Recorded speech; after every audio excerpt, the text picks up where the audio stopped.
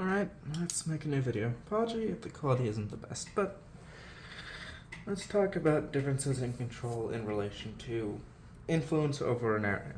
Now, when we think about empires, let's take Rome for example. When you think about empires like Rome, it's easy to think of everything that we consider Roman to be under the exact same control, There are Roman provinces, right? Well, not really. Depending on the area, there were different levels of control for different regions. And so naturally, you would see differences in management and other such things. This is especially true as we get later on to the modern day. The Victorian era in particular had a lot of different ways of managing territories. So let's go through them all and basically imagine them sort of like this, where the further out you go, the less control. So control radiates outwards, if you would imagine. And naturally that means autonomy goes up the further out you go. Now, what's here? That'd be the metropole. The metropole are the direct territories of the main empire.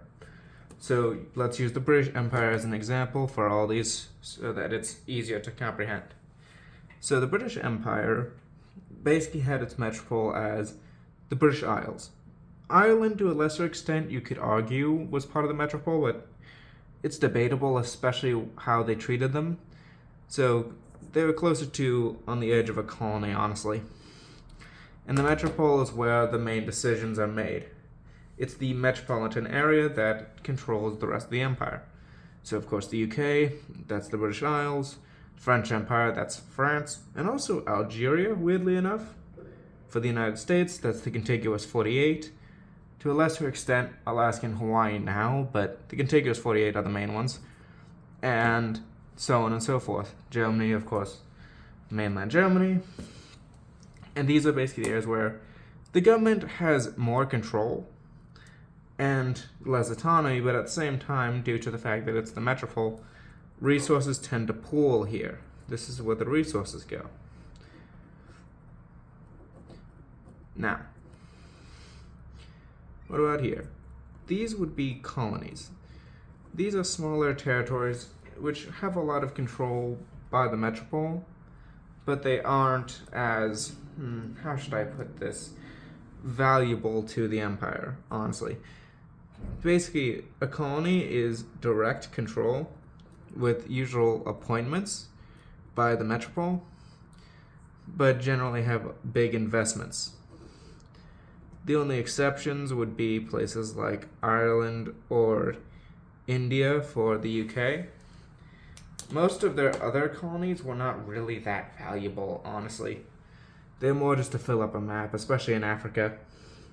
Sure, Pacific colonies had their values, in particular for just naval refueling, but beyond that, most of the colonies, especially as we get onto World War I and II, generally weren't that valuable. They were the ones left over after the more valuable colonies got turned into the following ones, dominions. Now, a dominion is a semi-autonomous region that was not fully independent, but it still was firmly within the control of the metropolitan area. They had self-governance, sure, but it was still firmly under the control of the empire itself. Take Canada as an example. Canada was a dominion, as was South Africa and Australia and New Zealand.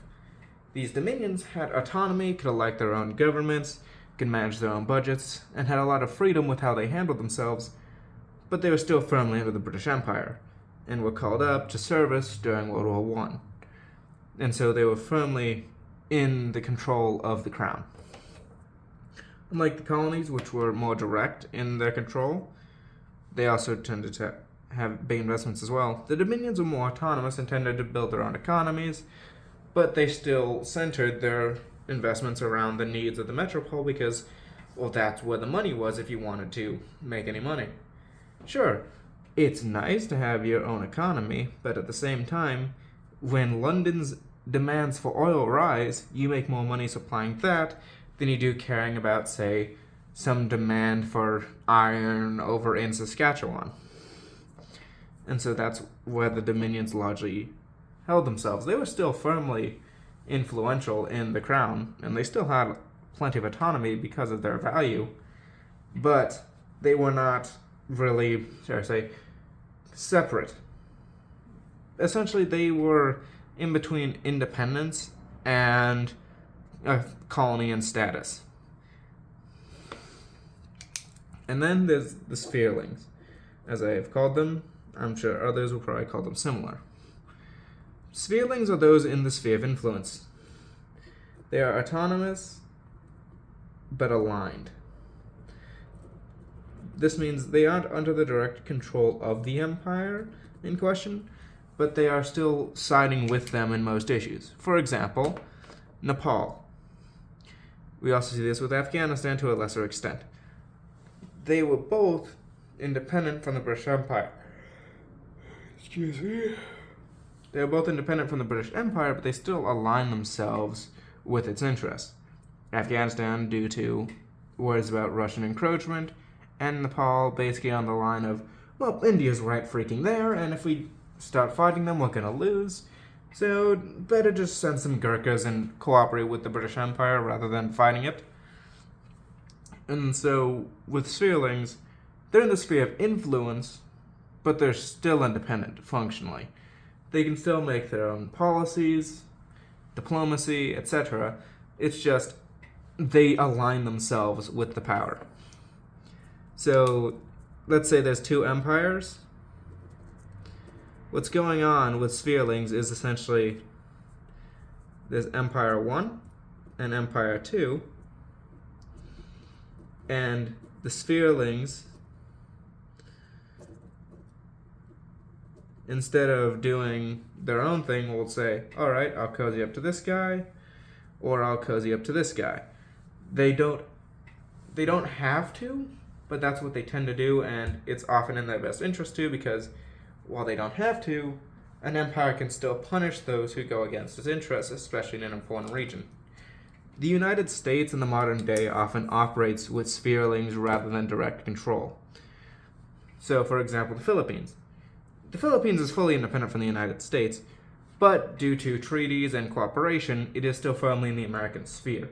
So yeah, it's autonomous, but it's still firmly aligned with the United States and its interests. Similar story with Japan. And of course, the larger a country, the less likely it is to just align itself with its own interests and try to form its own sphere of influences. For example, India and the European Union are trying to do that, where they're trying to basically build up their own sphere of influence so that they don't have to rely on the United States or on China or on Russia or on the PRC.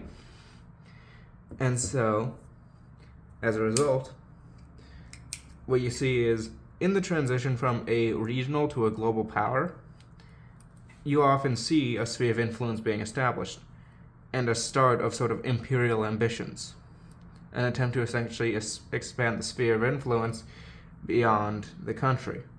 India, for example, is doing this quite a bit, especially in Southeast Asia, with investments in cultural sites. And so that's the thing. Empires have a lot of different control. They have a lot of different ways of making themselves control an area.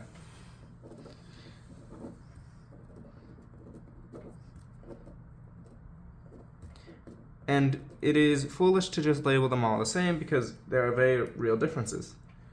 For example, in terms of autonomy, there's a firm difference between Canada and Kenya in the British Empire. Kenya was directly under the supervision of Great Britain. They could not do things without their say-so, and that's why when it came time for independence following World War II, crackdowns on Kenyan independence was quite heavy, but Canada, the empire just sort of let it fade away because the dominions were already more independent than the colonies, but also they were already still firmly aligned with British interests. In fact, let's use the British Empire as an example. Now, In the Cold War, when this happened, the British Empire was falling, but they still wanted to retain their influence. So naturally, there's the UK here, and Canada was here. This is Canada. Now, when Canada asked for its independence, it was still firmly aligning itself with the UK in terms of interests, so it was more or less going out here.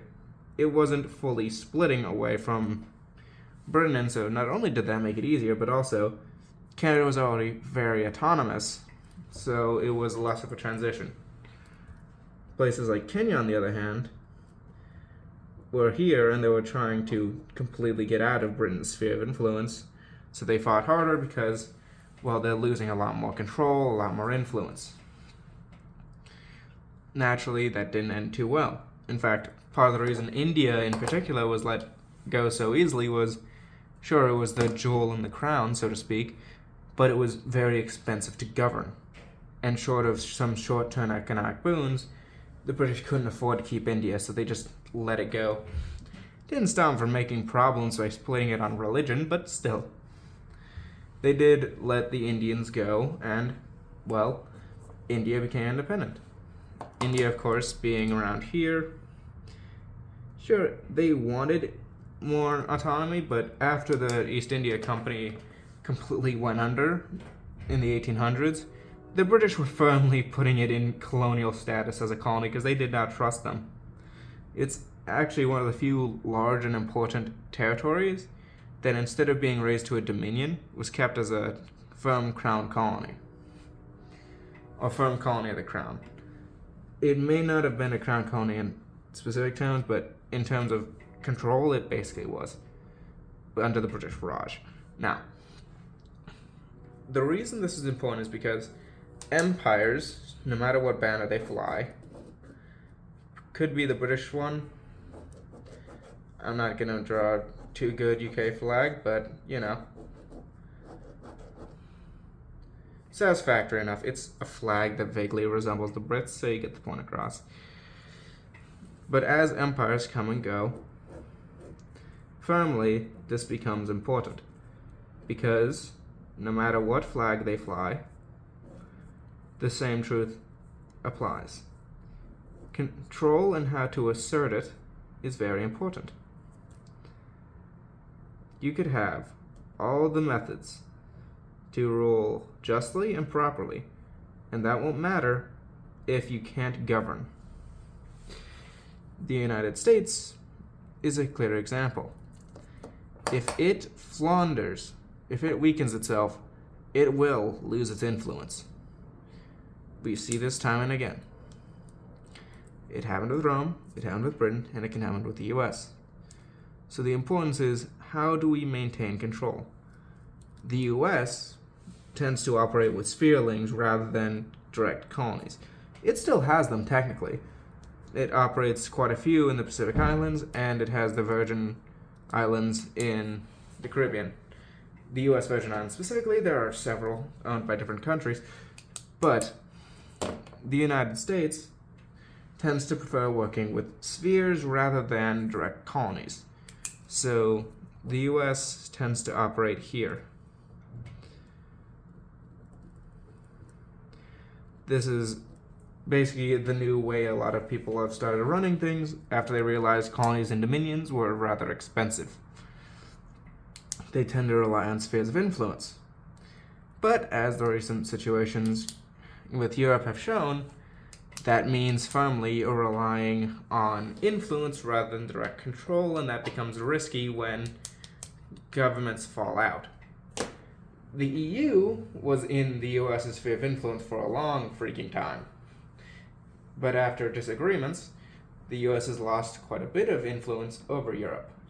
It still has some, especially because of NATO, but there's control of Europe as a sphereling is weakening. And so one can imagine why this becomes very important. Colonies are direct, and so they're more reliable, but at the same time they're usually more expensive. Dominions are autonomous, and still will have some control, but it's not exactly good to just conquer a people generally. And while spherelings are cheap to maintain and still give you plenty of influence without much cost, they're very autonomous, and so there's still a lot of risk of them going their own way.